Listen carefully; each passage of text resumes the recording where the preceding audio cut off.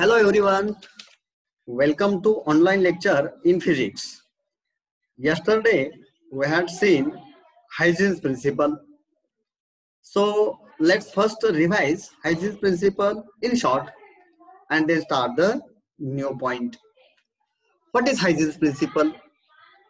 According to Hygiene's principle, every point on the wavefront acts as a secondary source.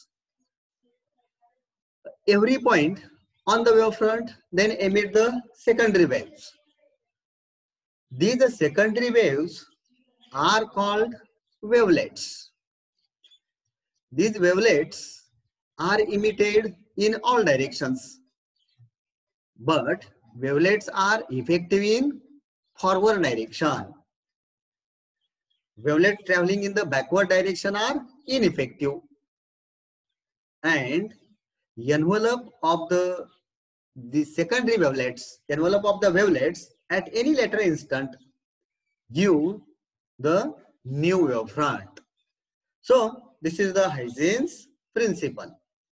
तर विद्यार्थी मित्रांनो, काल आपण हायजेन्स प्रिन्सिपल हा पॉइंट पाहिलेला आहे. तर हायजेन्स प्रिन्सिपल नुसार वेवफ्रंट वरील प्रत्येक पॉइंट हा लाईटच्या सेकंडरी सोर्स सारखा ऍक्ट होतो. प्रत्येक पॉइंट त्या सेकंडरी वेव्स एमिट करतो. वेवफ्रंट वरील प्रत्येक पॉइंट सेकंडरी वेव्स एमिट करतो. तशा सेकंडरी वेव्सना वेवलेट्स असे म्हणतात. ह्या वेवलेट्स सर्व दिशांनी एमिट केल्या जातात. ह्या वेवलेट्स फॉरवर्ड डायरेक्शनने असणाऱ्या वेवलेट्स ह्या इफेक्टिव्ह असतात, तर बॅकवर्ड डायरेक्शनने असलेल्या वेवलेट्स इनइफेक्टिव्ह असतात. नंतर ह्या वेवलेट्सचाच एन्व्हलप एखाद्या लॅटर इन्स्टंटला, नंतरच्या एखाद्या क्षणाला आपल्याला नवीन वेवफ्रंट देतात, किंवा ह्या वेवलेटच्या एन्व्हलप पासून आपल्याला नवीन वेवफ्रंट मिळतो. तर अशा प्रकारे हे हायजीन्स प्रिन्सिपल आपण मागील तासाला पाहिलेले आहे. Today we have to see the next point, reflection of light at a plane surface. Let us consider a plane wavefront AB. This is a plane wavefront AB, perpendicular to the plane of the paper, incident at an angle I, with the normal to the plane reflecting surface mirror MN, which is also perpendicular to the plane of the paper as shown in this figure.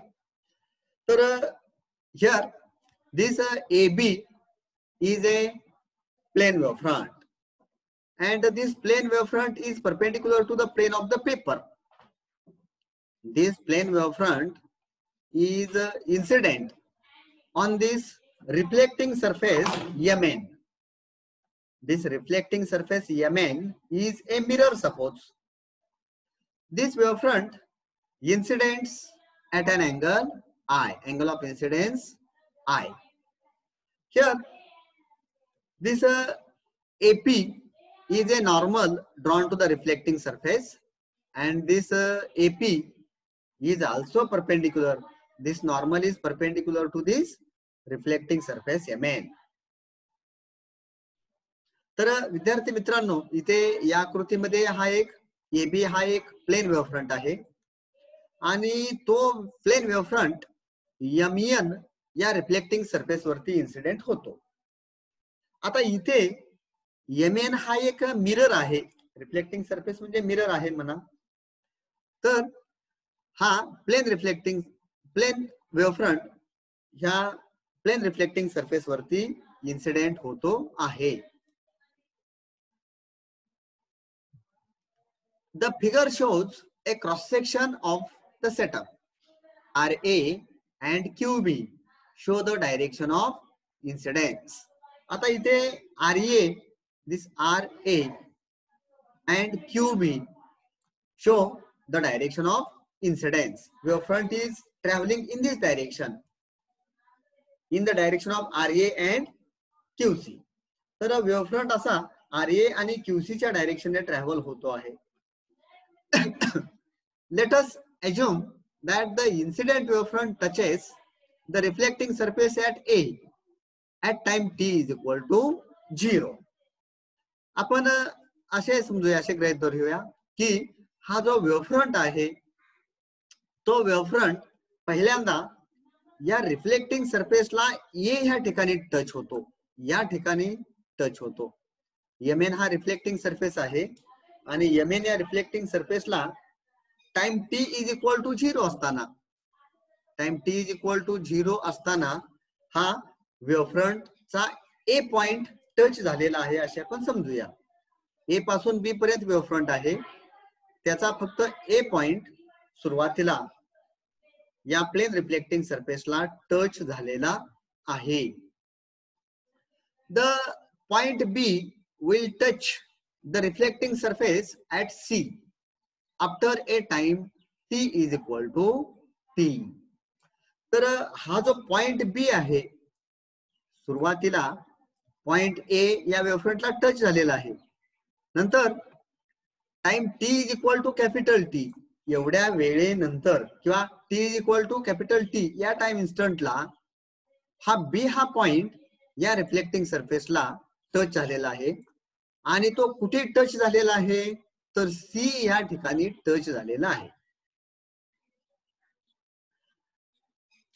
म्हणजे याचा अर्थ आपल्याला असा म्हणता येईल, time taken by the waves to travel from B to C is T. याचा अर्थ आपल्याला असा म्हणता येईल की बी पासून वेव्हजना सी ह्या ठिकाणी जाण्यासाठी लागलेला वेळ हा टी इतका आहे. टी एवढ्या कालावधीमध्ये बी पासून निघालेल्या लाईट वेव्स सी ह्या ठिकाणी जातील, म्हणजे रिफ्लेक्टिंग सरफेसला पोहोचतील. Between A time T is equal to 0 and t, different points along the incident wavefront reach the reflecting surface successively, and secondary wavelets will start propagating in the form of hemispheres from those points in succession. तर आपण म्हटले की time t is equal to 0 ला पहिल्यांदा wavefront reflecting सरफेसला touch होतो, नंतर time T is equal to capital T ला हा बी हा पॉइंट या रिफ्लेक्टिंग सरफेसला टच होईल. आणि दरम्यानच्या काळामध्ये ए पासून बी पर्यंतचे जे सगळे पॉइंट्स आहेत वेव्हफ्रंटचे ते या रिफ्लेक्टिंग सरफेसला टच होईल. यानंतर हा जो पॉइंट आहे तो ए नंतर या रिफ्लेक्टिंग सरफेसला टच होईल, नंतर हा पॉइंट या रिफ्लेक्टिंग सरफेसला टच होईल, नंतर पुढचा पॉइंट या रिफ्लेक्टिंग सरफेसला टच होईल, नंतर हा पॉइंट या रिफ्लेक्टिंग सरफेसला टच होईल आणि सगळ्यात शेवटी बी हा पॉइंट या रिफ्लेक्टिंग सरफेसला टच होईल. तर ए पासून बी पर्यंतचे जे पॉइंट्स आहेत ते असे क्रमाने ह्या रिफ्लेक्टिंग सरफेसला टच होतील आणि ते ए पासून सी पर्यंत टच होत जातील. According to Huygens principle, every point on the wavefront act as a secondary source of light and it emits the secondary waves. हायजेन्सच्या प्रिन्सिपल नुसार आपण पाहिले की वेव्हफ्रंट वरील प्रत्येक पॉइंट हा सेकंडरी सोर्स सारखा ऍक्ट होतो लाईटच्या आणि तो secondary waves light waves emit करतो. मग सर्वात सुरुवातीला म्हणजे time T is equal to 0 ला ए हा जो पॉइंट आहे तो सेकंडरी सोर्स सारखा ऍक्ट होईल आणि तो सेकंडरी वेव्स एमिट करेल. नंतर त्याच्या पुढचा जो पॉइंट आहे हा हे जे पॉइंट्स आहेत हे पॉइंट क्रमाने काय करतील, लाईट वेव्स एमिट करायला सुरुवात करतील आणि सर्वात शेवटी म्हणजे time T is equal to capital T ला सी हा पॉइंट लाईट वेव्स एमिट करायला सुरुवात करेल. For reflections hemispheres to be considered are on the same side of the mirror. तर इथे आपण पाहिले बी पासून निघालेल्या वेव्स सी ह्या ठिकाणी जाण्यासाठी लागलेला वेळ आपण किती म्हटलेला आहे, कॅपिटल टी. बी पासून निघालेल्या वेव्स सी ह्या ठिकाणी केव्हा जातील तर टी एवढ्या टाइम मध्ये जातील. मग जेव्हा बी पासून निघालेल्या वेव्स सी या ठिकाणी जाऊन पोहोचतात तेव्हा ए पासून निघालेले ज्या सेकंडरी वेव्स आहेत त्या सुद्धा तेवढेच अंतर कव्हर करतील. मग समजा लाईटची व्हेलॉसिटी व्ही आहे असे आपण म्हणूया, V is the velocity of light. तर मग टी एवढ्या कालावधीमध्ये ह्या वेव्स किती अंतर कापतील, तर व्ही इंटू टी, म्हणजे बी ते सी हे अंतर किती होईल, व्ही टी इतके होईल. म्हणजे बी पासून निघालेल्या वेव्स सी पर्यंत जाण्यासाठी टी एवढा वेळ लागेल. त्यामुळे बी टू सी हे डिस्टन्स व्ही टी इतके असणार. याचाच अर्थ काय होतो, तर ए पासून निघालेल्या वेव्स ह्या व्ही इंटू टी एवढ्या अंतरावरती जाऊन पोहोचलेल्या असतील. मग इथे ए हा सेंटर घेतला आणि व्ही टी एवढे अंतर जर आपण रेडियस घेतली तर आपल्याला अशा प्रकारचा हेमिस्फिअर मिळेल. हा अशा प्रकारच्या हेमिस्फिअर वरती त्या वेव्ह जाऊन पोहोचतील. म्हणजे बी पासून निघालेल्या वेव्ह जेव्हा सी ला जाऊन पोहोचतात तेव्हा ए पासून निघालेल्या वेव्ह ह्या हेमिस्फिअर वरती जाऊन पोहोचलेल्या असतील. त्यात आता ए नंतर हा वेव्हफ्रंट कुठे जाऊन नंतर काय होईल, वेव्हफ्रंट एबीचा पुढचा जो पॉइंट आहे, उदाहरणार्थ आपण हा पॉइंट म्हणूया, इथल्या वेव्स, तर या ठिकाणच्या वेव्स काय होतील, एवढी रेडियस म्हणा, ह्या अशा प्रकारे कमी रेडियस असणाऱ्या हेमिस्फिअर वरती जाऊन पोहोचलेल्या असतील अशा प्रकारे. नंतर या ठिकाणचा वेव्ह हा पुढचा एक पॉइंट आहे म्हणा, या ठिकाणच्या सेकंडरी वेव्स आहेत त्या कुठे जाऊन पोहोचलेल्या असतील, अशा प्रकारच्या हेमिस्फिअर वरती जाऊन पोहोचलेल्या असतील. या ठिकाणच्या ज्या वेव्स आहेत त्या कुठे जाऊन पोहोचलेल्या असतील, ह्या अशा एखाद्या हेमिस्फिअर वरती जाऊन पोहोचलेल्या असतील. तर अशा प्रकारे ए पासून निघालेल्या वेव्स, ए पासून पुढे असणारे सगळे जे पॉइंट आहेत ते सेकंडरी सोर्स ऑफ लाईट सारखे ऍक्ट होतील आणि प्रत्येक पॉइंट सेकंडरी वेव्स एमिट करेल, प्रत्येक पॉइंट सेकंडरी वेव्स एमिट करेल आणि त्या वेव्स अशा प्रकारे ह्या हेमिस्फिअर्स वरती जाऊन पोहोचलेले असतील, वेगळ्या वेगळ्या रेडियसचे हेमिस्फिअर. मात्र हे सगळे हेमिस्फिअर जे आहेत ते ह्या मिररच्या एकाच बाजूला असणार आहेत. The wavelet emitted by point A will have a radius Vt. ए पासून बाहेर पडलेल्या ज्या वेव्हलेट्स आहेत त्यांची रेडियस किती असणार आहे, तर Vt असणार आहे. इथे एई हे अंतर जे आहे, एई हे अंतर हे बीसी इतकेच असणार आहे, बीसी, आणि हे अंतर किती असणार आहे, Vt इतके असेल. व्ही म्हणजे लाईटची व्हेलॉसिटी आणि टी म्हणजे लागलेला वेळ. The wavelet emitted by point A will have radius Vt at time t. The radius of wavelet emitted by C will be 0 at this time. आता T is equal to capital T या टाइमला ए पासून निघालेल्या ज्या waves आहेत त्या कुठे जाऊन पोहोचलेल्या असतील, तर त्या अशा स्पिअर वरती जाऊन पोहोचलेल्या असतील, हेमिस्फिअर वरती, की ज्याची रेडियस 0 असेल. कारण इथे वेव्स किंवा वेव्हफ्रंट हा जस्ट टच झालेला आहे आणि त्यामुळे त्या सी पासून निघालेल्या सेकंडरी वेव्हलेट्स आहेत त्या ज्या हेमिस्फिअर वरती जाऊन पोहोचणार त्याची रेडियस 0 इतकी असणार आहे. The radii of the wavelets emitted by points between A and C will gradually decrease from Vt to 0. आता इथे ए पासून निघालेल्या वेव्स, ए पासून निघालेल्या वेव्स आहेत त्या किती अंतर असणाऱ्या हेमिस्फिअर वरती पोहोचलेल्या असतील, किती रेडियस असणाऱ्या हेमिस्फिअर वरती जाऊन पोहोचलेल्या असतील, तर Vt इतकी रेडियस असणाऱ्या हेमिस्फिअर वरती जाऊन पोहोचलेल्या असतील. आता नंतरचे जे पॉइंट्स आहेत तिथून निघालेल्या वेव्ह सुद्धा काय होतील, तिथून निघालेल्या वेव्ह सुद्धा काय होतील, तर अशा प्रकारे हेमिस्फिअर वरती जाऊन पोहोचलेल्या असतील की ज्या हेमिस्फिअरच्या रेडियस अशा प्रकारे कमी कमी झालेल्या असतील. तर हे जे हेमिस्फिअर्स आहेत त्या हेमिस्फिअरच्या रेडियस जे आहेत त्या रेडियस Vt पासून अशा पुढे पुढे काय झालेल्या असतील, 0 पर्यंत कमी कमी झालेल्या असतील. Here secondary wavelets from A to C will have reached along the hemispheres having the radii decreasing from 50 to 0. तर 50 पासून 0 अशी रेडियस डिक्रीज होत जाईल आणि त्या हेमिस्फिअर वरती ह्या सेकंडरी वेव्हलेट्स जाऊन पोहोचलेल्या असतील. The envelope of these wavelets forms the reflected wavefront. तर आता ह्या ज्या सेकंडरी वेव्हलेट्स आहेत ह्या ए पासून निघालेल्या सेकंडरी वेव्हलेट्स या हेमिस्फिअर वरती जाऊन पोहोचलेल्या असतील.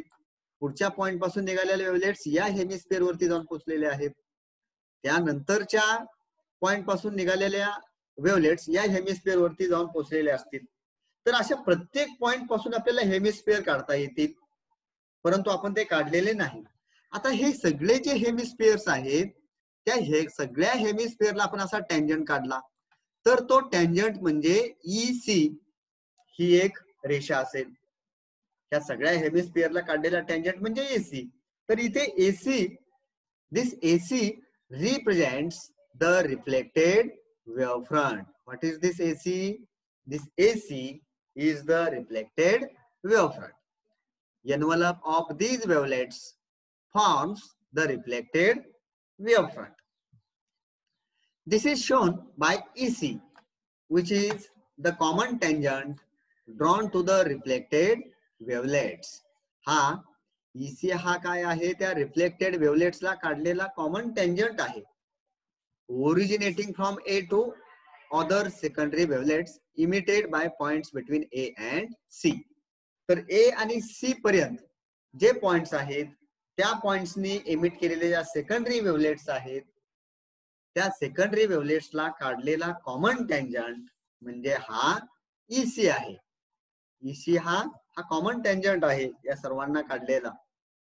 आणि हा कॉमन टँजंटच काय रिप्रेझेंट करेल, तर हा रिफ्लेक्टेड वेव्हफ्रंट रिप्रेझेंट करतो. Obviously this AE is equal to BC is equal to 50. आपण यापूर्वीच पाहिलेले आहे. हा जो AE आहे, A पासून E म्हणजे हे distance AE, it is equal to BC, this distance, which is equal to 50. V म्हणजे speed of the light.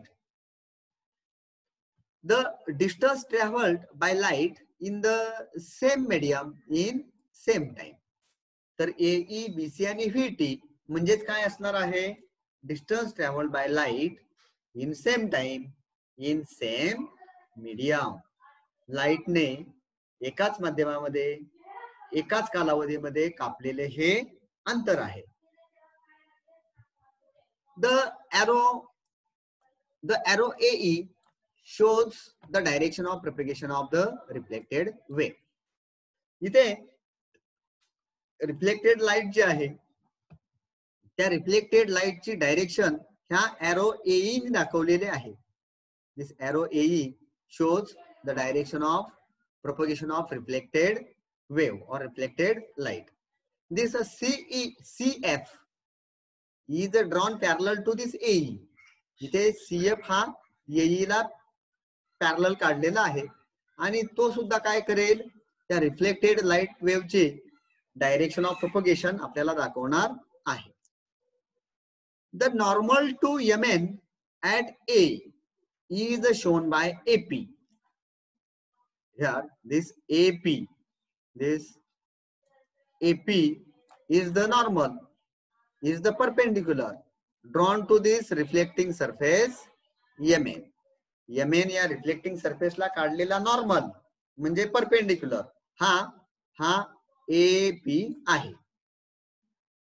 The angle of incidence, angle RAP is equal to I. इथे this RA is the incident ray. Angle made by this incident ray with this normal is angle of incidence. So this is the angle of incidence I. Angle R, this AP, angle RAP is equal to I. This is the angle of incidence. As RA and AP are perpendicular to AB and AC respectively, angle BAC is also equal to I. That is, angle BAC is equal to I. तर इथे काय म्हटलेले आहे, RA and AP are perpendicular to AB and AC. RA हा कुणाला perpendicular आहे? This RA is perpendicular to this AB. RA हा AB ला परपेंडिक्युलर आहे. And AP is perpendicular to AC. AP म्हणजे हा AP आहे. AP is perpendicular to this AC. आता इथे this angle I is the angle between RA and AP. I म्हणजेच काय आहे? RA आणि AP मधील अँगल आहे. मग angle between two lines and their perpendiculars is the same. दोन रेषांमधील अँगल आणि त्या दोन रेषांचे जे परपेंडिक्युलर्स असतात त्यांच्यामधील अँगल हा सारखाच असतो. मग RA आणि AP ह्या दोन रेषा आहेत, त्यांच्यामधील अँगल I हा कशा इतका असेल? तर RA चा परपेंडिक्युलर आणि AP चा परपेंडिक्युलर यांच्यामधील अँगल इतका असेल. मग RA चा परपेंडिक्युलर आहे AB आणि AP चा परपेंडिक्युलर आहे AC, त्यांच्यामधील अँगल हा दाखवलेला आहे I. म्हणून काय म्हटलेले आहे? Angle BAC is equal to angle I. The triangles ABC and AEC are right angled triangles and have common hypotenuse AC and one equal side AE is equal to BC. Hence, two triangles are congruent and we have. तर इथे विद्यार्थी मित्रांनो, ABC आणि AEC. ABC म्हणजे हा triangle आहे, हा point A आहे, नंतर हा पॉइंट B आणि हा C. ABC हा एक ट्रायंगल आणि AEC हा दुसरा ट्रायंगल. हा पॉइंट A, इथे E आणि C. ABC आणि AEC या दोन ट्रायंगल मध्ये कॉमन काय काय आहे सांगा?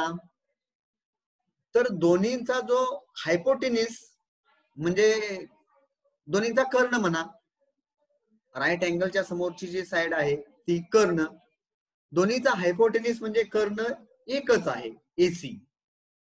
तसेच दोन्हींच्या मध्ये जी एक बाजू आहे कोणती? ही BC. हे जे अंतर जेवढे असते ना तेवढेच मगाशी आपण पाहिले AE इतके अंतर असते. म्हणजे AE आणि BC ही डिस्टन्सेस सेम आहेत. मग ह्या दोन त्रिकोणांच्या दोन बाजू सेम आहेत, एक हायपोटेनियस आणि दुसरं AE आणि BC. त्यामुळे हे दोन्ही ट्रायंगल जे आहेत ते कॉन्ग्रुएंट आहेत. मग दोन्ही ट्रायंगल जर कॉन्ग्रुएंट असतील तर आपल्याला काय दाखवता येईल? If two triangles are congruent then angle ACE is equal to angle BAC. म्हणजे अँगल ACE म्हणजे हा angle ACE will be equal to angle BAC. These two angles will be the same. हे दोन्ही अँगल सेम असतील. But angle we just have seen, this angle BAC is equal to I. Angle BAC बरोबर I असतो हे आताच आपण पाहिले. Let's see. The angle of reflection is angle PAE is equal to R. Here, this AE is the reflected ray. Angle made by this reflected ray with this normal AP is the R. So this is the angle of reflection. हा जो angle आहे हा angle of reflection आहे. As AE is perpendicular to C. AE कशाला perpendicular आहे? This is the AE. हा AE आहे. It is perpendicular to this CE. हा या CE ला परपेंडिक्युलर आहे. AE is perpendicular to CE. and AP is perpendicular to AC. हा AP, हा AP, हा कशाला परपेंडिक्युलर आहे? AC. This is AC. म्हणजे काय म्हटले आपण? AE हा CE ला परपेंडिक्युलर आहे आणि AP हा AC ला परपेंडिक्युलर आहे. मग त्यामुळे काय होणार? तर AP आणि AP आणि AE यांच्यामधील हा अँगल R कशा इतका असेल? त्यांच्या परपेंडिक्युलर मधील अँगल इतका असणार. AP आणि AE यांच्यामधील अँगल किती आहे? R आहे. AP चा परपेंडिक्युलर काय मुलांनो? AC. AE चा परपेंडिक्युलर CE. त्यांच्यामधील अँगल सुद्धा R इतकाच असणार. म्हणजे हा अँगल किती असेल? हा अँगल आहे R.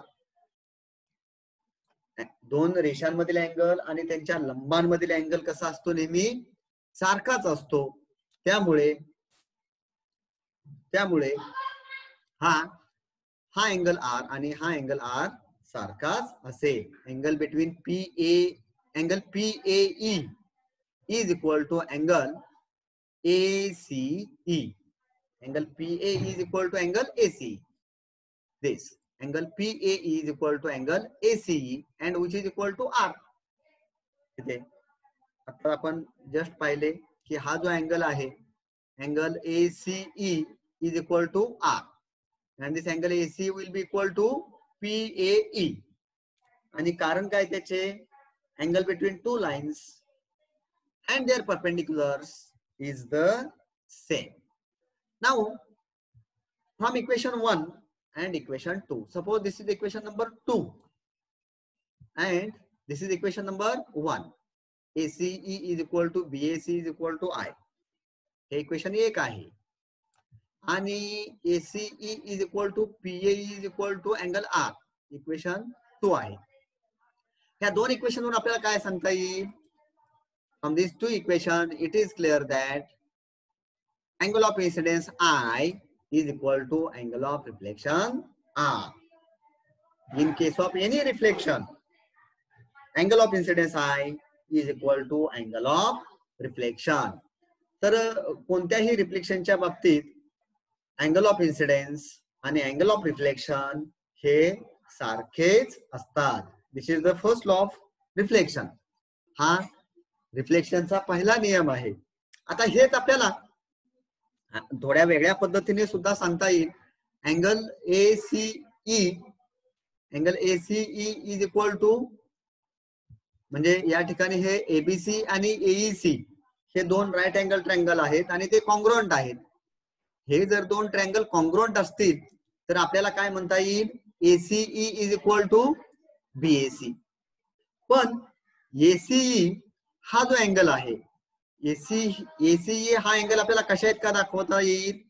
तर AC चा परपेंडिक्युलर AP आहे, CE चा परपेंडिक्युलर AE आहे. त्यामुळे ACE हा अँगल आपल्याला I इतका दाखवता येईल. आणि BAC हा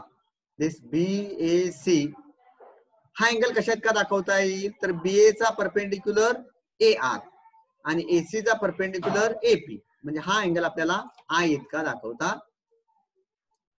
sorry, ACE is equal to R. Sorry, ACE is equal to R आणि BAC इज इक्वल टू किती होईल? I होईल. असं थोडक्यात आपल्याला असंही दाखवता येईल. AC is equal to BAC आहे, पण ACE बरोबर किती असणार? PAE. ACE बरोबर किती होतील? PAE होतील आणि BAC बरोबर किती होतील? RAP होतील. त्यामुळे I बरोबर R म्हणजेच I बरोबर R अशा पद्धतीनेही आपल्याला हे दाखवता येईल. तर अशा प्रकारे इक्वेशन 1 आणि 2 वरून angle of incidence is equal to angle of reflection, which is the law of reflection. It is also clear from the figure that incident ray, normal and a reflected ray are in the same plane, which is the plane of the paper. ह्या आकृतीवरून आपल्याला एक लक्षात येते, स्पष्ट होते की हा इन्सिडेंट रे RA, त्यानंतर normal AP and reflected ray AE, हे तिन्ही सुद्धा एकाच प्रतलामध्ये आहेत, की जो या प्लेनचा पेपर आहे, पेपरचा प्लेन आहे. RA, AR, AP आणि AE म्हणजे इन्सिडेंट रे, नॉर्मल आणि रिफ्लेक्टेड रे हे एकाच प्लेन मध्ये आहेत, की जो या पेपरचा प्लेन आहे. म्हणजे incident ray, reflected ray and normal lie in the same plane. This is the other law of reflection. तर हा रिफ्लेक्शनचा दुसरा नियम आहे. Let us assume the rays RA and QC to be coming from the extremities of the object.